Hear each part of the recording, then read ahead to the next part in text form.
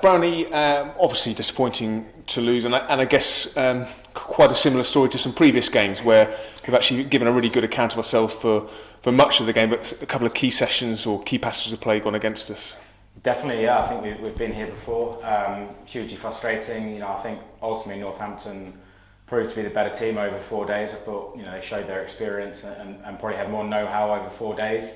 I was pleased with a lot of the fight we showed. We haven't always come back into games as we would have liked. So, obviously for I think 60 odd for 8 on the first morning, we could easily have lost the game there and then. But for the youngsters to show that spirit of the bat, Jack and Croaks there played brilliantly to haul us back into the game. And then I thought we got ourselves back in again with the bat in the third innings. That's something we've spoken about as a batting group. We haven't been overly happy with our third innings batting at times. So for Hainsley particularly to set the tone like he did, a third innings 100 there on a wicket offering plenty of assistance to the bowlers. I thought it was a fantastic knock. He really showed that he's maturing as a batter. It was a fantastic innings by him. Going back to that first morning, do you think it was a pitch that did improve over the course of the game, or got easier to bat on? Yeah, it was a strange one. I think there was sort of periods where it was really quite tough, and then it perhaps slowed down. I think was probably the thing it maybe did. It made it a little bit easier. The movement slowed down a little bit, but then you would say it offered some turn at the end of the game. Sort of days 3 and 4, it spun quite a lot. So that was really good to see. So yeah, good pitch. Challenged the batters, I think, all the way through the game. But no, good conditions.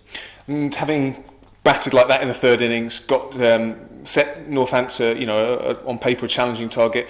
Would you have perhaps liked to have got a bit closer?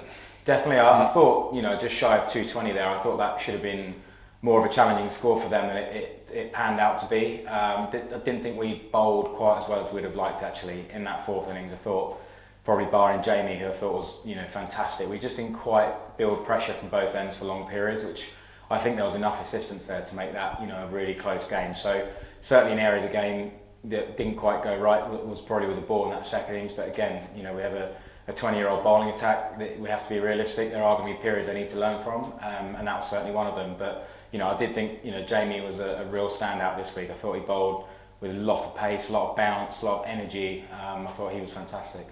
With the schedule the way it is, a game a week basically, how difficult is it, particularly with young players, to for them to go and make the development, the progress that they need to between games?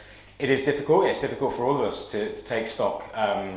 It's probably one day off, and then you're starting to get back into the next game. So there's not an awful lot of time to reflect, but equally there are opportunities to roll on into another game. It's another opportunity.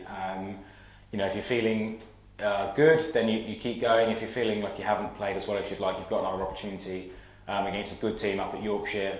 It's a great place to play at Headingley. I really enjoy it there. I'm sure all the boys will.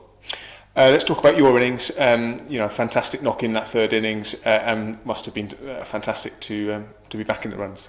Yeah, I was pleased. Yeah, obviously haven't scored the runs I usually would expect myself to score, but these things can happen. These periods can happen in a career, in a long career. You always go through little spells like this. I haven't felt like I've batted too badly, but that's the way it goes. So no, pleased to score runs. It was nice to be in a partnership with Hainsley there, and to be honest, playing in front of a crowd for somebody of my age and experience, I've missed it. I've missed it hugely. That the energy of the crowd, I think, just helped probably my tempo at the crease be a little more natural.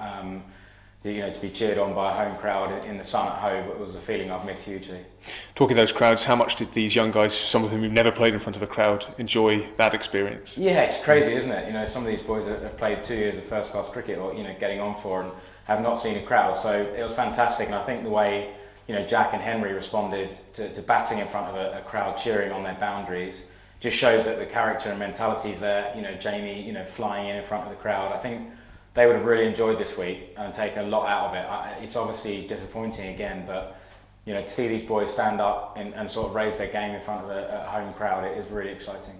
And in terms of great cricketing experiences, playing in front of a crowd at Headingley, that's always an experience, and that's something for them to look forward to. Yeah, definitely, and they're a different sort of crowd up there. We've talked about it in the past. If you can get on top at Yorkshire, you can certainly sort of turn that crowd around. So that's something we have to try to do. If we can get that crowd kind of against the Yorkies, I guess, or getting frustrated, that can often get onto the pitch. So that'll be the challenge next week. But you know, I've always loved playing in Yorkshire, whether it's Headingley, Scarborough is a fantastic ground. I always like going up there. It's always a good game of cricket, and I think it was a knowledgeable crowd as well. Thanks for your time, Ben. Cheers, Sam.